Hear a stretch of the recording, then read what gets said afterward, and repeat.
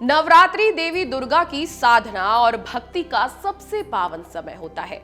यह 9 दिनों तक एक आध्यात्मिक उत्सव है जिसमें भक्त माता के 9 स्वरूपों की पूजा अर्चना कर उनसे आशीर्वाद प्राप्त करते हैं। कहा जाता है कि इन दिनों में जो भी व्यक्ति सच्चे मन से माता की उपासना करता है उसकी सभी मनोकामना पूर्ण होती है। हर साल नवरात्रि में तिथियों का बदलाव देखने को मिलता है, जिससे कभी कभी यह उत्सव पूरे 9 दिनों तक चलता है और कभी कभी ये 8 दिनों में ही समाप्त हो जाता है। इस वर्ष भी चैत्र नवरात्रि में तिथि को लेकर थोड़ा सा संशय बना हुआ है, जिससे यह महोत्सव 8 दिनों का होगा या 9 दिनों का, इसको लेकर थोड़ी चर्चाएं हैं। अब आपको बताएंगे आगे चल के कि इस बार नवरात्रि का शुभारंभ और समापन कब होगा, घट स्थापना का शुभ मुहूर्त क्या रहने वाला है और किन खास तिथियों पर विशेष महत्व रहेगा। चलिए आगे वीडियो में जान लेते हैं इस साल चैत्र नवरात्रि कितने दिन तक होगी। सबसे पहले ये जान लेते हैं, आपको बता दें कि इस साल चैत्र नवरात्रि का आरंभ 30 मार्च से हो रहा है और समापन 6 अप्रैल को होगा। हालांकि इस बार पंचांग के अनुसार द्वितीया और तृतीया तिथि एक ही दिन पड़ रही है, जिससे नवरात्रि 9 की बजाय 8 दिनों तक ही होगी। ज्योतिष शास्त्र में तिथि क्षय को शुभ संकेत नहीं माना जाता और इसे अनिष्टता भी कहा जाता है, लेकिन इस बार नवरात्रि 8 दिनों की ही है। अब घट स्थापना का क्या शुभ मुहूर्त रहने वाला है नवरात्रि में, ये भी जान लीजिए।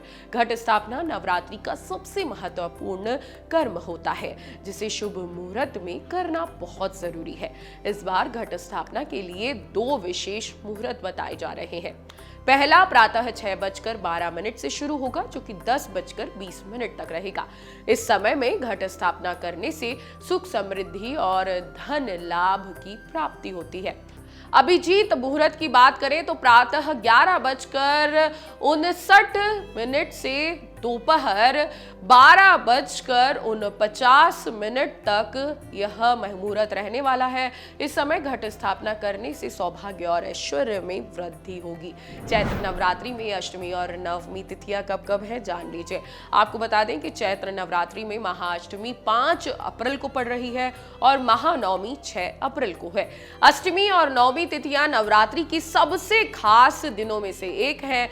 इस दिन देवी दुर्गा को नारियल चना पूरी का भोग लगाया जाता है और 9 कन्याओं को भोजन कराया जाता है, आशीर्वाद लिया जाता है उन कन्याओं से। साथ ही संध्या काल में विशेष पूजा करने से भी माता की कृपा बनी रहती है।